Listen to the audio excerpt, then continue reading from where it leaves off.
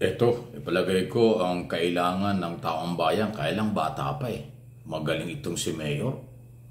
Ha? Salamat sa mga taga-Pasig, maswerte ang mga taga-Pasig. Meron kayong Mayor Vic Soto. Ang galing itong batang ito, nasusubaybayan ko po yung kanyang mga galaw. Talagang hindi siya korap, makabayan ang dating, at gusto niya ng pagbabago. Pakinggan po ninyo ito.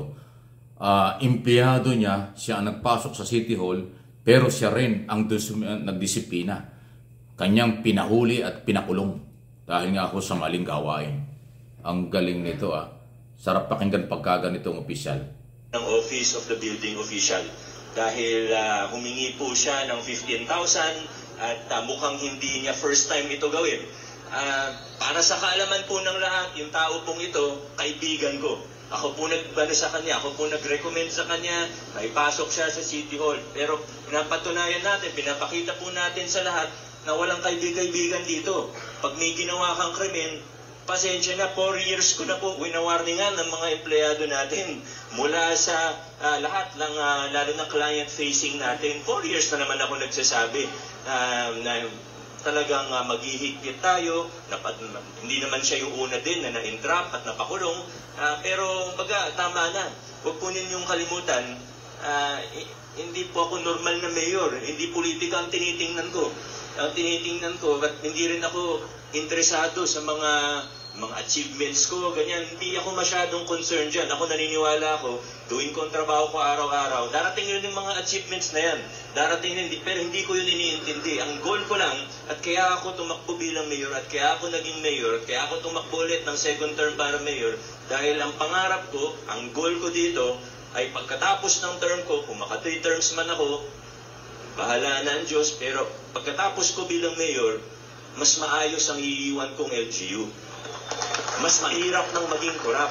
At tandaan po natin, ito yung lagi natin sinasabi, hindi tayo bara-bara kumikilos. Meron tayong, ika nga, political science student ako, ika nga, may theory of change tayo, na gusto natin, unti-unti natin baguhin ang hindi lang LGU, kundi yung kultura natin bilang mga Pasigenyo at bilang mga Pilipino ang binabago natin dito. Yung korupsyon, sa totoo, kahit palitan mo ang mayor, kahit maayos, konsehal, lahat yan. Ang totoo po niyan, naisa kultura na po. Nasa kultura po natin yung mga korupsyon na yan. Ayun nga, lagi kong ginagamit na example pag nagsasalita ako sa mga paaralan, sa mga school, sa mga pamantasan. Lagi kong ginagamit na example, pag nagmamaneho ka, pinara ka ng traffic enforcer, ano una mo maiisip? Ayaw mo man aminin o hindi, pero gawin mo man o hindi. Sana hindi natin ginagawa, pero gawin mo man o hindi, papasok sa isip mo eh. Abutan ko na lang kaya yung enforcer para hindi ako tikitan. Totoo yun, aminin natin o hindi. Pero bakit ganun? Kasi na-institutionalize, na-isa-kultura po yun sa atin sa Pilipinas. Kailangan aminin natin. Ang first step para ayusin ang isang problema, aminin na nandun yung problema, i-acknowledge yung problema, at i-address yung problema. Walang problema na naayos na nagbubulag-bulagan tayo. At yung korupsyon sa pamahalaan, aminin din natin, hindi yan maayos sa loob ng 1 taon, sa loob ng 4 na taon, sa loob ng 9 na taon. Generational po yan. Pero sana, habang tayo po ay dumadaan sa mundong ito, dumadaan sa lokal na pamahalaan ito, gawin natin yung part natin para may urong ng konti yung kultura natin. Yung hindi magagandang kalakaran, may urong lang natin ng konti. Success na po yun para sa atin.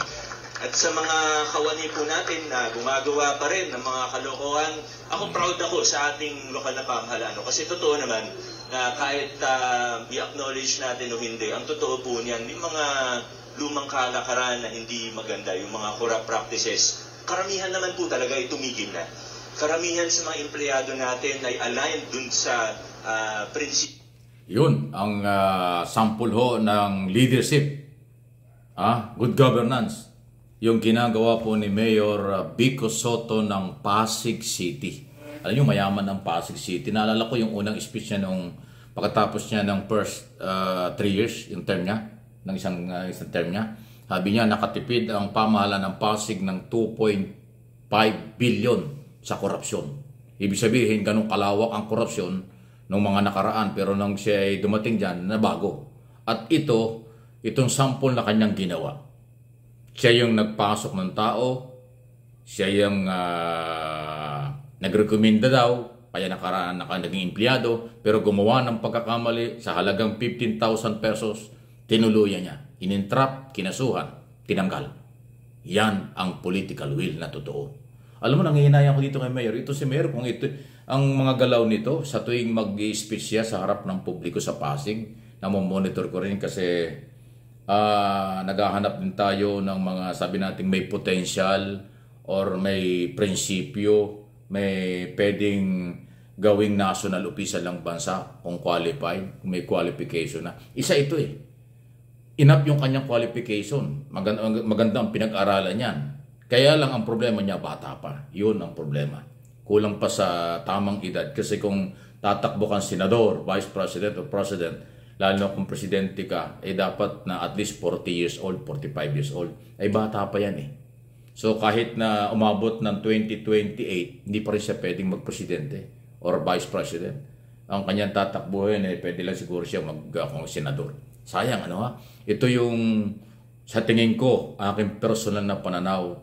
Si Mayor Soto, ganitong klaseng leadership, ganitong klaseng pamumuno, ang kailangan natin. Lalo na sa mga kabataan. Kasi, isipin mo, ngayon sa Pasig, ang kanilang asset, napakayaman ng Pasig. Sa totoo lang. Kasama na sa top 5 na pinakamayaman dito sa Metro Manila. Ganun kayaman ng Pasig. At kung di ako nagkakamali, meron yata sila ngayong 17 billion na asset, parang ganun. So, ang ganda ng galaw.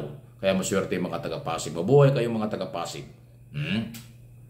At maganda rin kasi yung pagpapalaki sa kanya ng mga magulang. Si Connie Reyes ang mami niya at saka si Big Soto doon sa Itbulaga. O, sa Itbulaga, Tito Big Enjoy. Yun eh.